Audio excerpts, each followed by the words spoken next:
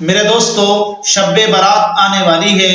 شب برات کو ہم نے کس طریقے سے گزارنا ہے، اس کے اندر عبادت کیسے کرنی ہے، یقیناً یہ بڑی جلوے والی، برکتوں والی، رحمتوں والی رات ہے۔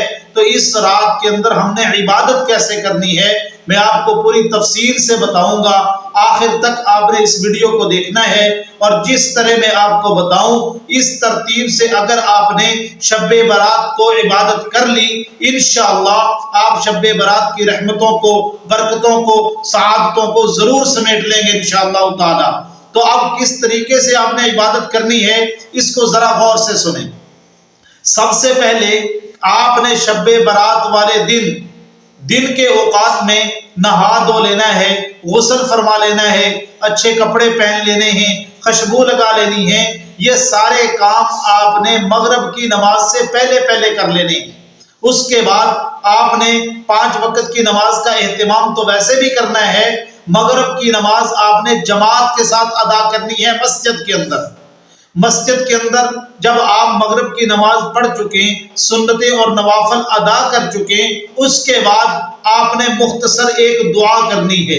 ہاتھ اٹھا کے اللہ تبارک و تعالیٰ سے یہ دعا کرنی ہے، میرے مالک تیرا لاکھ شکر ہے، تو نے یہ رات ہمیں نصیب فرمائی۔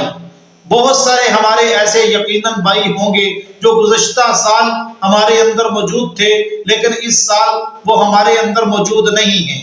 لہٰذا اس بات پہ اللہ کا شکر ادا کرنا ہے، اللہ تبارک و تعالیٰ نے ہمیں زندگی کے اندر یہ سعادتوں والی رات دوبارہ ہمیں نصیب فرمائی ہے۔ تو اس بات کے اوپر اللہ کا شکر ادا کریں۔ مختصر سی آپ نے دعا کرنی ہے۔ دعا کرنے کے بعد آپ نے اوابین کے 6 نوافل ادا کرنے ہیں۔ 2 رکعت کر کے آپ نے یہ 6 نوافل پڑھنے ہیں۔ یقیناً اس کا بڑا ثواب ہے۔ 12 سال کی عبادت کا آپ کو ثواب ملتا ہے اگر آپ اوابین کے نوافل ادا کرتے ہیں۔ اس کے بعد آپ نے عشاء کی نماز ادا کرنی ہے۔ نماز پڑھنے کے بعد اس کے بعد آپ نے قرآن مجید کی تلاوت کرنی ہے۔ نوافل ادا کریں، نوافل جتنے پڑھ سکتے ہیں آپ، جتنے آپ سے ہو سکے نوافل پڑھیں۔ نوافل پڑھنے کے بعد اگر آپ کا دل تھک جائے، اکتا جائیں آپ، تو پھر آپ کی طبیعت کے اندر اگر اکتاہٹ محسوس ہو تو آپ قرآن مجید کی تلاوت شروع کر دیں۔ تو جتنی ہو سکے قرآن مجید کی آپ تلاوت کریں۔ اس کے بعد آپ نے صلاۃ التسبیح پڑھنی ہے۔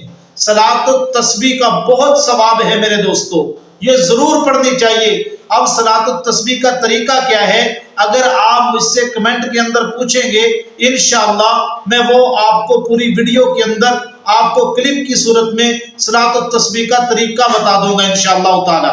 تو صلاۃ التسبیح آپ نے پڑھنی ہے۔ اس کے بعد آپ نے اگر آپ کا دل کرے تو اور عبادت کریں۔ اگر آپ کا دل کر رہا ہے، آپ تھک چکے ہیں، آپ کا دل آرام کرنے کو کر رہا ہے، سونے کو کر رہا ہے، تو پھر آپ قرآن مجید کو بند کر دیں اور آپ بستر پہ لیٹ جائیں، سو جائیں۔ یاد رکھیں آپ نے عبادت کو اس وقت تک کرنا ہے جب تک آپ کا دل کر رہا ہے۔ مجبوری کی صورت میں عبادت نہیں کرنی، ایسی صورت کے اندر عبادت نہیں کرنی کہ آپ کو نیند آ رہی ہے اور آپ قرآن کی تلاوت کر رہے ہیں، اس کا کوئی فائدہ نہیں ہوگا میرے دوستو۔